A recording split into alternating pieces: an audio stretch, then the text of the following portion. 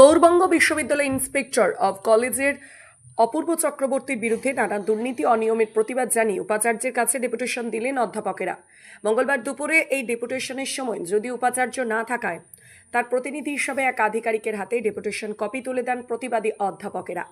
তাদের অভিযোগ, প্রায় 1.5 বছর সময় অতিক্রান্ত হলেও উচ্চশিক্ষা দপ্তরের নির্দেশ মতো এখনো পর্যন্ত অপূর্ব চক্রবর্তীর বিরুদ্ধে তদন্ত শুরু হয়নি।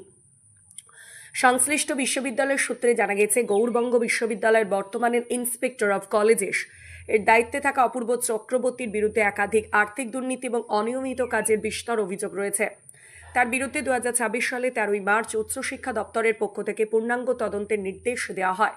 কিন্তু অভিযোগ উঠেছে যে উচ্চশিক্ষা দপ্তরের নির্দেশকে উপেক্ষা করে এখনও পর্যন্ত অপূর্ব চক্রবর্তীর বিরুদ্ধে বিভাগীয় কোনো তদন্তের শুরুই করেননি সংশ্লিষ্ট বিশ্ববিদ্যালয় কর্তৃপক্ষ, যার ফলে অসন্তোষ প্রকাশ করে এই বিশ্ববিদ্যালয়ের অধিকাংশ অধ্যাপকেরা। পাশাপাশি দ্রুত যাতে অপূর্ব চক্রবর্তীর বিরুদ্ধে উচ্চশিক্ষা দপ্তরের নির্দেশ মতো পূর্ণাঙ্গ তদন্ত শুরু করা হয়, সে ব্যাপারে উপাচার্যের দপ্তরের গণস্বাক্ষর সম্মিলিত অধ্যাপকেরা একটি ডেপুটেশন দিয়েছেন। যদিও একটি সূত্র থেকে জানা গিয়েছে, উচ্চশিক্ষা দপ্তরের কোনো এক আধিকারিকের প্রভাব খাটিয়ে তদন্ত আটকে রাখার চেষ্টা চালাচ্ছে খোদ গৌড়বঙ্গ বিশ্ববিদ্যালয়ের inspector of colleges Apurba Chakraborty.